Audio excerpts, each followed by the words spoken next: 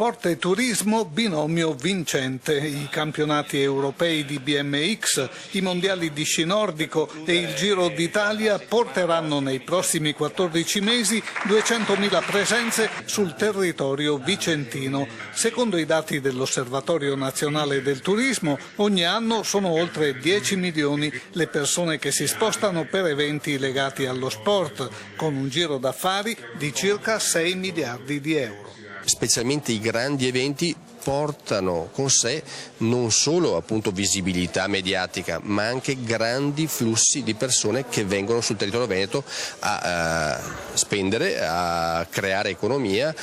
Fra i prossimi eventi nel Vicentino, si diceva, il campionato europeo di BMX che si terrà a Creazzo dal 6 all'8 aprile, prova valida per la qualificazione ai Giochi Olimpici di Londra 2012.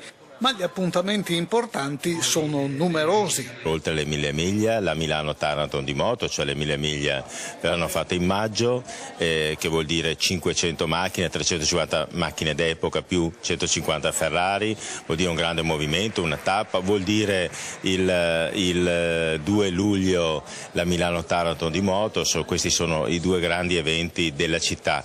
Da non dimenticare a febbraio 2013 i mondiali di sci nordico ad Asiago e a maggio il Giro d'Italia. Ci stiamo muovendo, conclude l'assessore allo sport, per avere una tappa a cronometro ed un arrivo in città.